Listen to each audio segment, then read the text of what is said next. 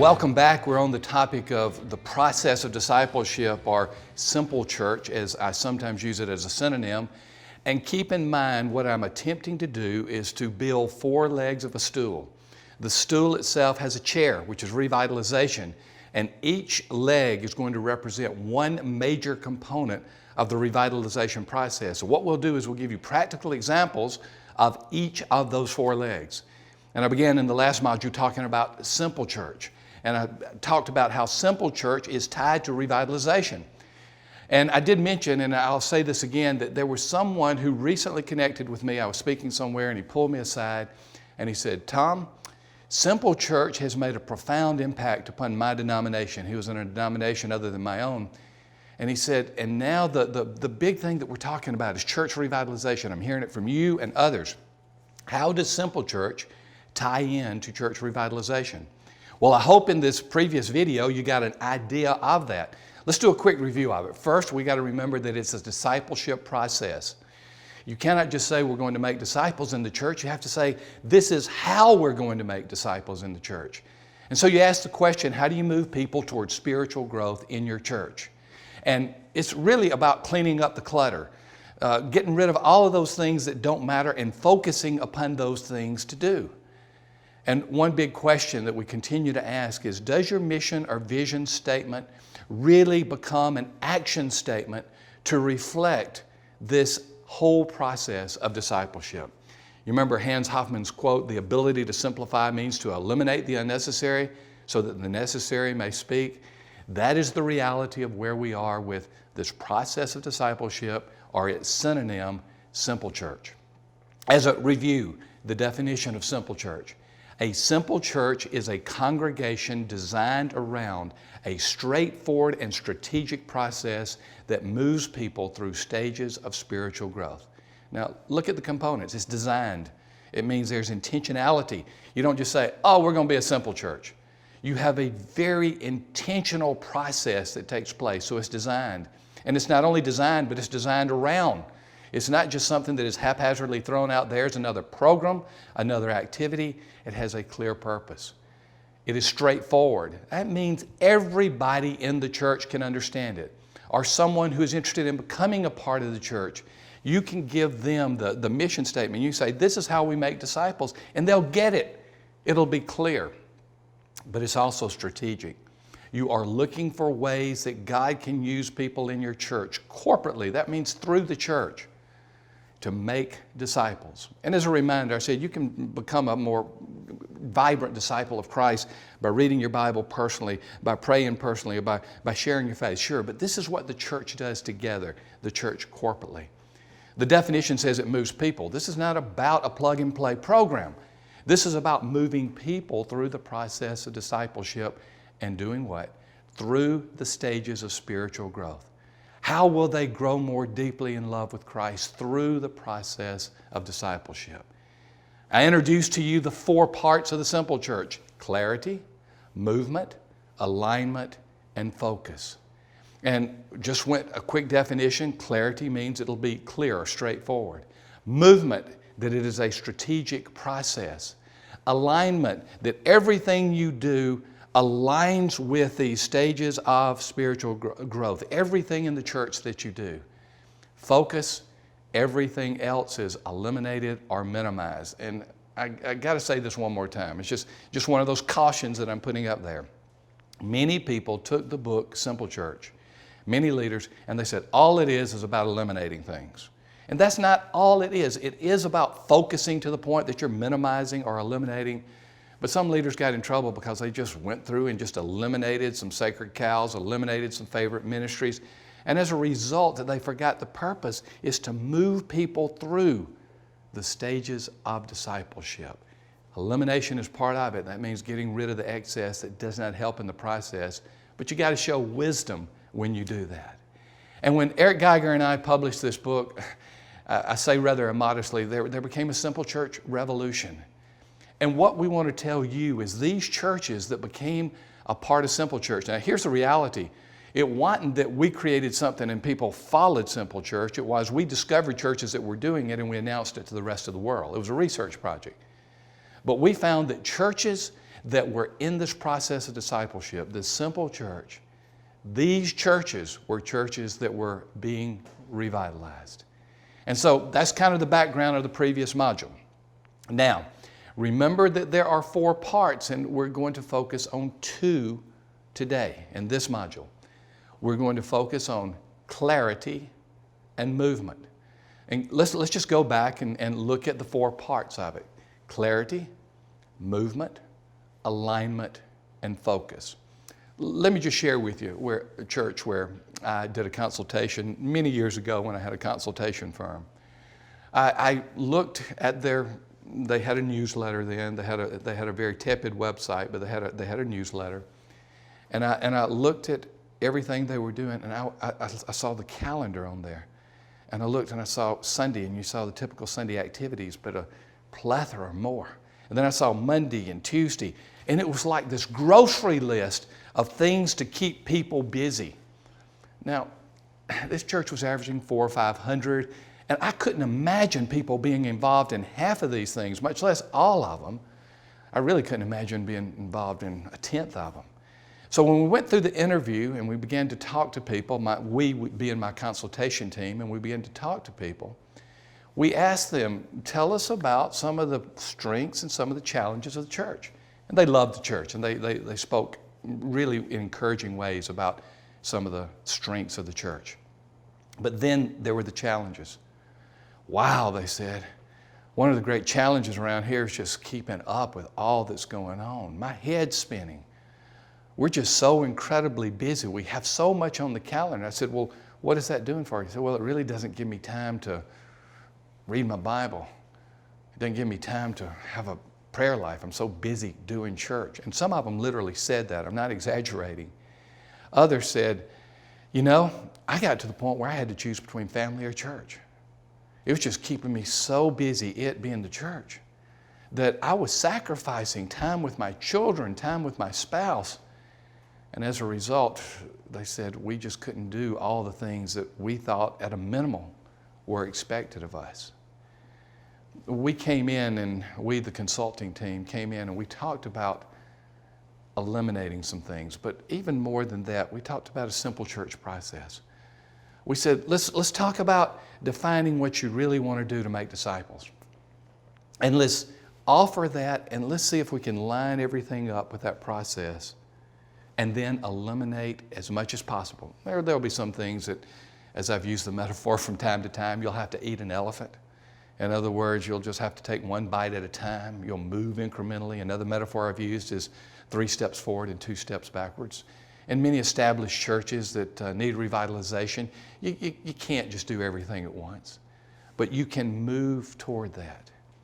And you know, I didn't know what was going to happen when I made my presentation to a large leadership group for this consultation. And I presented, I said, now here's the issue, here's what I heard. And I was waiting for the backlash. I was waiting for people to say, no, we can't do that. We can't get rid of that program or that ministry. And there seemed to be in the room a collective smile and a collective sigh of relief. Because here's what the church was doing. The church was inhibiting personal spiritual growth by its busyness. The church was precluding or becoming a barrier to family time. The church was becoming a barrier to spending time and connecting with people in the community and to being a missional witness in the community.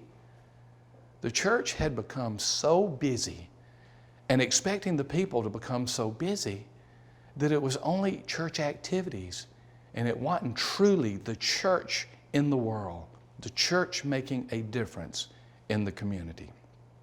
That is why, as we begin to talk about revitalization, say raise the bar of expectations, one of those legs of the stool. And that is why when we talk about revitalization, we say time out, time out. We've got to look at everything the church is doing and get back to the basics. You may have been like that at some points in your life where you've gotten so incredibly busy, you have so much on your calendar, so much on your plate, that you just say time out and you readjust everything. You readjust your entire life. As a matter of fact, after Simple Church was written, my son Art Rayner and I wrote a book called Simple Life, and we applied some of those same principles to our personal lives. One of the problems in writing that book is I had to tell people what they should do rather than what I was doing. And then my son Art looked at me and said, "Dad, after we've written this book, are you really going to do some of these things that we're advocating in here?" That hurt. Simple church, simple life. Focusing upon those things that really matter and being willing to eliminate the rest. Okay, let's start the simple church process, and let's start with the first part of the process, which is clarity. Clarity is the ability of the process to be communicated and understood by the people. Clarity is the ability of the process to be communicated and understood by the people. Clarity has really worked well in many churches where the church has said, well, we had this mission or vision statement, and it's over here on a wall, and it tells about all the things that we aspire to do, but nobody really pays much attention to it because it has no action plan. And so what we found in many of these simple churches that have a healthy process of discipleship is that the mission statement became the process of discipleship. Why not? Your mission should be to make disciples. So why not have the mission statement clearly articulate the process of discipleship? And so part of the simple church revolution was many churches began adopting mission statements that said, this is the process of discipleship. So let's go with an example. Now, this is just an example. I've given some in the past as we began to be introduced to simple church or the process of discipleship. But you can copy this if you want to. Many churches have similar mission statements to this because guess what? All churches have the same purposes. They just contextualize them for their community and for their area. So if you want to copy this, that's fine. Don't think that emulation is wrong here. But then apply the principles to your church. But if you want to articulate it some other way, that is absolutely fine. But here is an example, one of many, of a mission statement that became a process of discipleship. Now listen to this mission statement. Love God, love others, serve others, grow deeper. One more time. Love God, love others, serve others, grow deeper. Okay, you give this mission statement to a member of the church, and you say, this is our process of discipleship, and it's our mission statement. And you begin to explain this to them.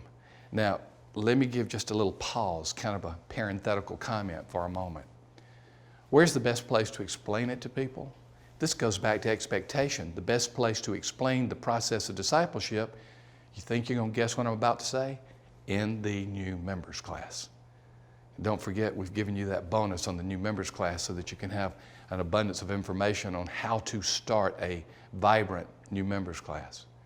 And so you give this to someone, you say, here's our mission statement. Love God, love others, serve others, grow deeper. And here's what you explain to them. As you go through the process of discipleship in this church, here are some things that are expected of you.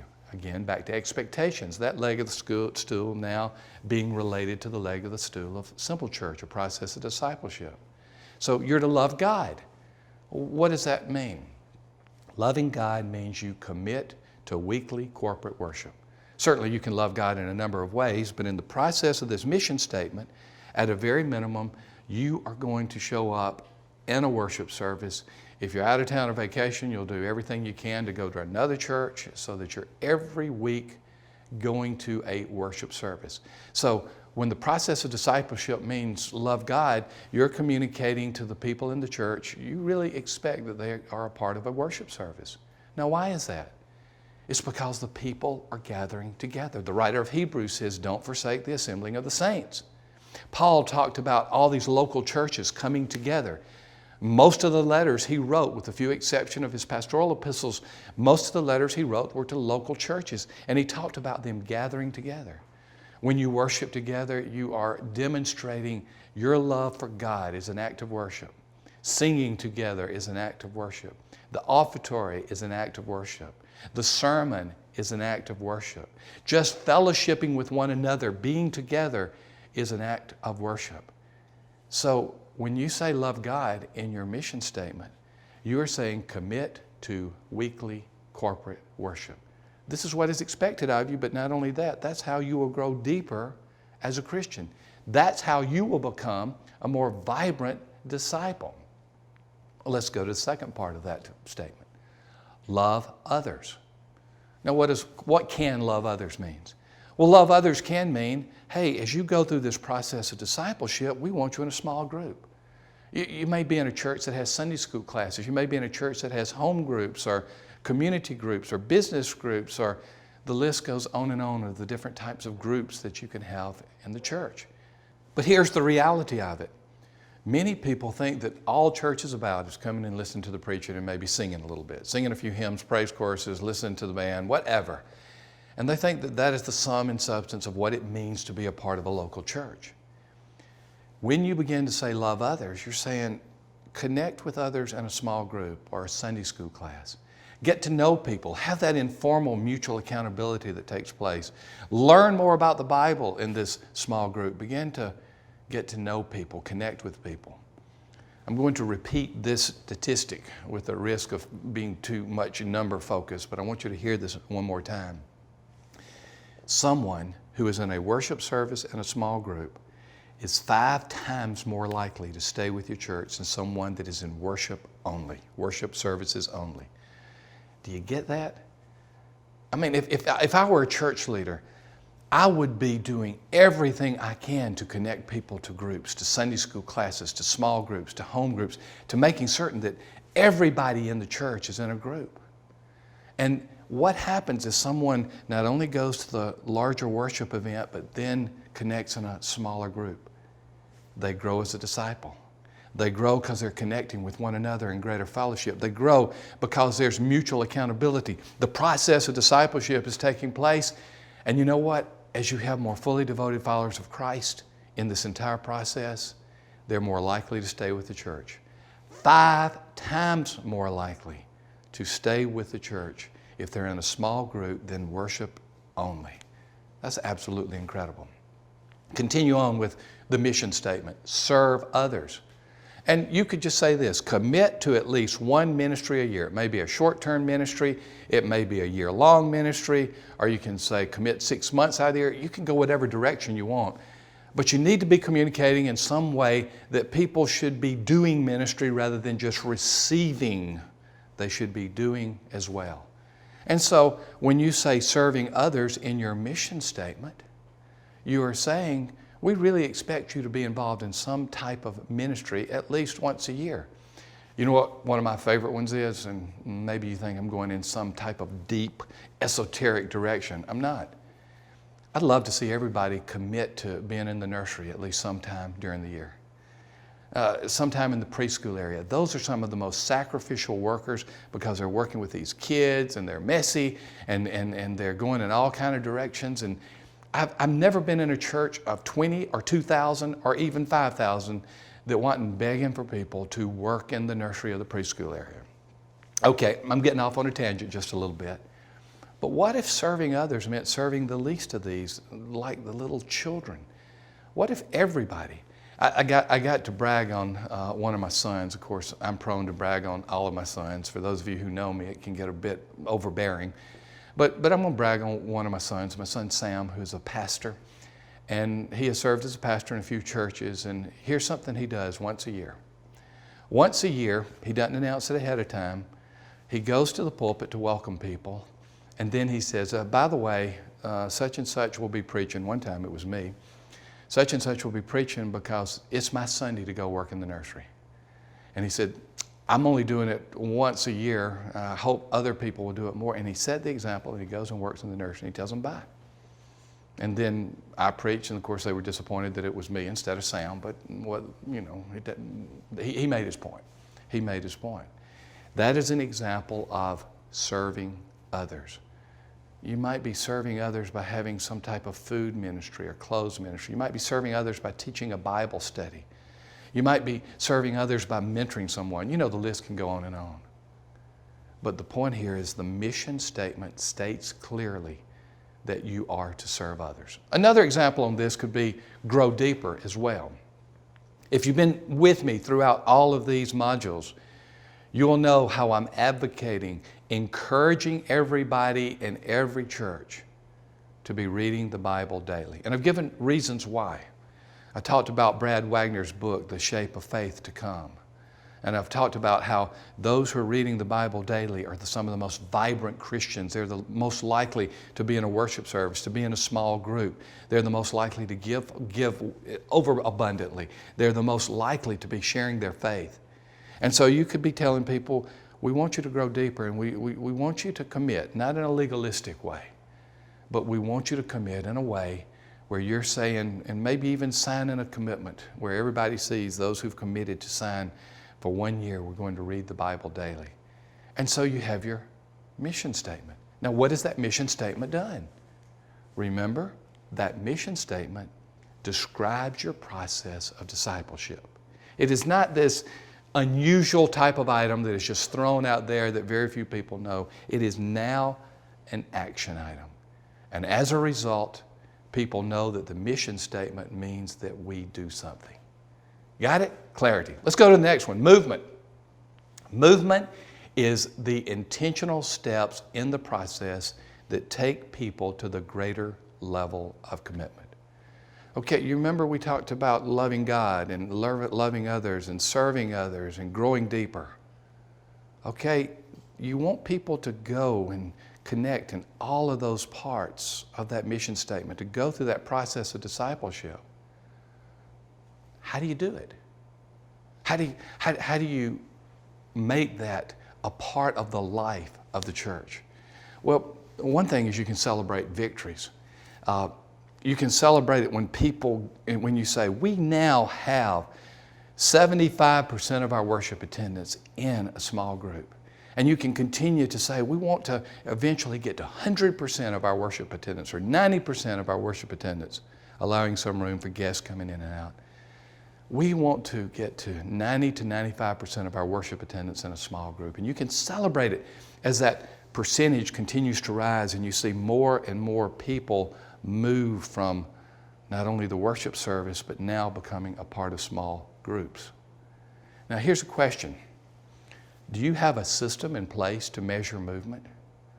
Do you have a system where people know that that's important? Remember, in the past, I've said that whatever we measure is what we say is important. So if we say here's worship attendance and here's weekly giving or monthly giving, we're saying two things are important in the church: attending the worship service and giving to the church. That's what we're communicating if those are the items we measure. What if we start measuring others? What if we say, not only this is the attendance for worship, but this is the attendance for all of our small groups this past week? And we have both of those. And maybe we'll even talk about how many people have committed to a ministry throughout the year, how many people have committed to reading the Bible, and we provide those types of measurements as well. I'm not trying to make numbers the end game. I'm not trying to make numbers the all in all. I'm just saying this: what you measure reflects what you are rewarding. And if you reward, using that term loosely, by giving attendance numbers in worship, percentage or attendance numbers in small groups, then talking about how many people have committed to a ministry for the year, and then perhaps talking about how many people have committed to giving to the church. You don't have to pry into specific numbers or numerical amounts. But do you have a system in place where you can make certain that you are saying these are the important items? Another thing that you can do in this is have leadership by redundancy. I don't know if you've noticed this, but there are things that I have repeated in the module at different points. It's not to take up space. It's to be a reminder of what is really important in this entire issue of revitalizing a church. That's why we first have narrowed it down to the 4 legs of the stool, the 4 buckets, the different metaphors. And that's why you have heard, as we've identified the different legs of the stool, what can fit into that particular component, to mix the metaphor for just a moment. And so what I'm doing is I'm trying to lead by redundancy. I'm trying to remind you again and again, and I'm suggesting that you go back and watch and read and listen to all of this material again. And so I hope you've gotten these first 2 steps of the simple church: the process of discipleship, clarity, and movement. Now let's review. What have we learned? Simple church is clarity and movement. It's the first two steps of the discipleship process. How we make disciples: clarity, movement, alignment, and focus. Clarity is where you are making clear the process so it's communicated and understood by the people. Clarity works well when that process of discipleship is actually your mission statement. You're using one thing to accomplish many purposes. The example we gave, an example, but it's a pretty good example: love God, love others, serve others, grow deeper. Love God, commit to weekly worship service. Love others, commit to belonging to a small group. Again, these are examples. Serve others, commit to at least one ministry a year. And did I remind you how important the nursery and preschool was? It's one of those ministries. Grow deeper, commit to read the Bible daily, and maybe also commit to one discipleship or training event a year as well. So there you have it: clarity, movement, alignment, focus. The first parts of the discipleship process. Movement, the intentional steps in the process that take people to greater levels of commitment. You can have victories by involving people in a small group or short-term commitments, and you can celebrate those victories and say, watch how the process of discipleship is taking place. The question I ask is, do you have a system in place, particularly a measurement system, where you are saying this is how many people have come along in this part of the discipleship process? And in doing so, you will need to be redundant. You'll need to say things again and again and again. I'm saying them relatively few times to you, and you're the leaders in the church. You're the pastors, you're the staff members, you are the lay leaders, you are the persons who are really at the leadership helm of your churches. So even more so for those who are frequent and even infrequent attenders. Repeat it again and again and again. So, we've now done 2 modules on Simple Church. One more reminder, lest you forget this: Simple Church is the equivalent, the synonym of the process of discipleship. We're talking about what we have discovered, 4 legs of a stool to revitalize churches. If anything, I am incredibly excited that we have been able to identify 4 major parts of revitalization. And we have begun with expectations, that leg of the stool. Now we're on the leg of the stool, a clear process of discipleship that we call the Simple Church. And we have gone through at least the first 2 components of Simple Church: clarity and movement. We've got one more module that is coming up, and that's the module of alignment and focus in Simple Church, the other 2 parts. Let me give you a redundant reminder so I can be true to my own advocacy of redundancy. If there's anything that's fuzzy, write it down, and you'll be able to ask me a question later on when we have the live webcast. Or perhaps it would help if you go back through and maybe this time just download the audio and listen to it while you're running or in your car or whenever, and review these things. Take time for them. This is some of the most important and critical information that we have seen, that I have seen in my over a quarter of a century of ministry, Yamo, and my over a quarter of a century of ministry and researching churches, serving in churches, leading in academic institutions that train leaders of churches, and being president and CEO of a company that provides resources for churches. So I want you to understand how critically important this is. We are delivering this information to you because I am your consultant. I am there in your church. And even though I may not be physically there, I have a sense that I'm with you, and I hope that you feel the same. And as a reminder, I'm giving you 80, 85%, 90% of information that I would give in a typical consultation. So now you are able to contextualize this information, and you're able to use it in your church.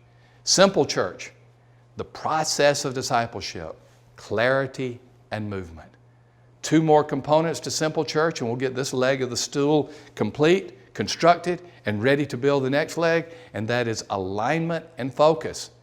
Do your review, download your PDF, make certain you got all this information, talk to others who may be watching it with you, or people who are even watching it in other places. And let's come back when we go to the next module as we begin to talk about alignment and focus. Exciting stuff. I'll see you in the next module.